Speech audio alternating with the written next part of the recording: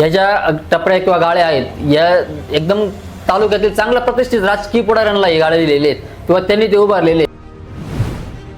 अकोले बस स्थानकावरील विद्रुपीकरण थांबवावे अशी मागणी आता अकोले शहरातील सामाजिक कार्यकर्त्यांनी केली आहे. अकोले बस स्थानक हे करोडो रुपये खर्च करून आमदार डॉक्टर किरण लहामटे यांनी बस स्थानकाचे नूतनीकरण केले.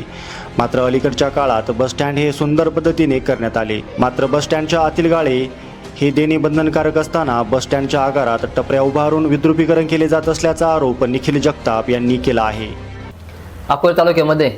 अकोले तालुक्याचं मुख्य असं बसस्थानक असलेल्या अकोले शहरातील अकोले बस स्थानकामध्ये गेल्या काही दिवसांपासून जो विकासाचा आलेख चालू होता आणि या तालुक्याचे आमदार डॉक्टर किरण लहामटे साहेब यांच्या माध्यमातून या बसस्थानकाला जो निधी आला आणि या स्टँडचं जे काय असं भव्यदिव्य असं स्वरूप या तालुक्याने पाहिलं. परंतु अलीकडच्या काळामध्ये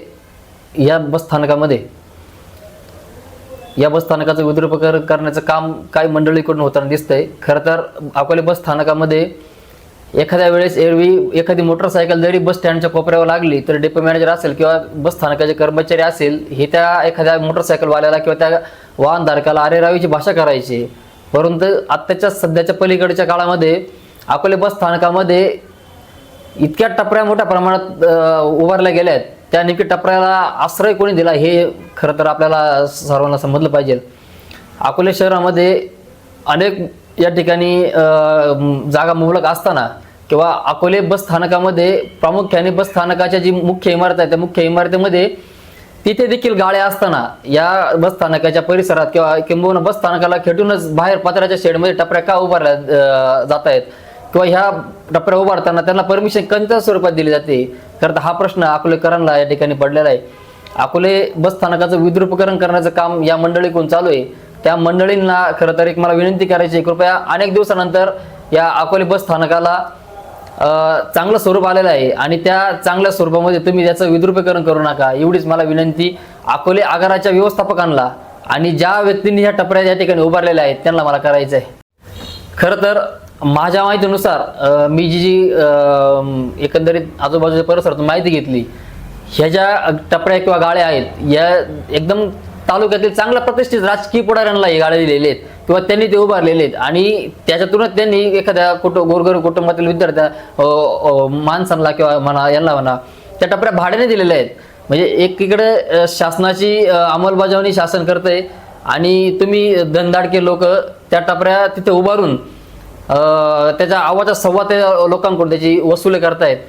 खरं तर अकोले बस स्थानकाचे आगार प्रमुख जर एखाद्या बस स्थानकाच्या बाहेर आतमध्ये नाही बस स्थानकाच्या बाहेर जरी एखादा फ्लेक्स लागला तर त्या फ्लेक्सवर कारवाई करत होते. अलीकडच्याच काळामध्ये भारतरत्न डॉक्टर बाबासाहेब आंबेडकर यांच्या महापरिनिर्वाण दिनाच्या दिवशीच आगार व्यवस्थापकांनी डॉक्टर बाबासाहेब आंबेडकरांचा बॅनर फाडला होता.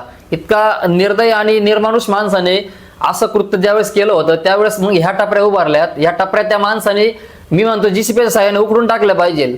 जर तुमच्या दमक जर महापुरुषांचे फोटो फाडण्यात तुमच्या दमक होते तर तुम्ही या टपऱ्या काढण्यात तुम्ही का तुमचं स्थैर्य दाखवत नाही.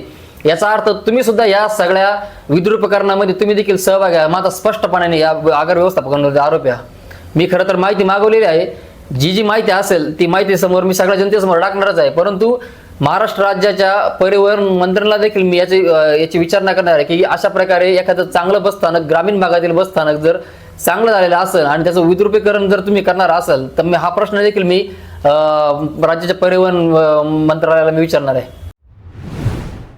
अकोले शहर हे तालुक्याचे प्रमुख बाजारपेठ असून यावर होत असलेल्या विद्रुपीकरण होऊ नये यासाठी आमदार डॉक्टर किरण लहामटे यांनी लक्ष देण्याची आता विनंती नागरिकांच्या वतीने करण्यात येत आहे. विद्रुपीकरणामुळे करोडो रुपये खर्च करून केलेल्या विकास कामाचे महत्त्व कमी होत आहे. न्यूज सह्याद्री एक्सप्रेससाठी संपादक भाऊसाहेब सळवेसह उपसंपादक किशोर मोहिते, अकोले.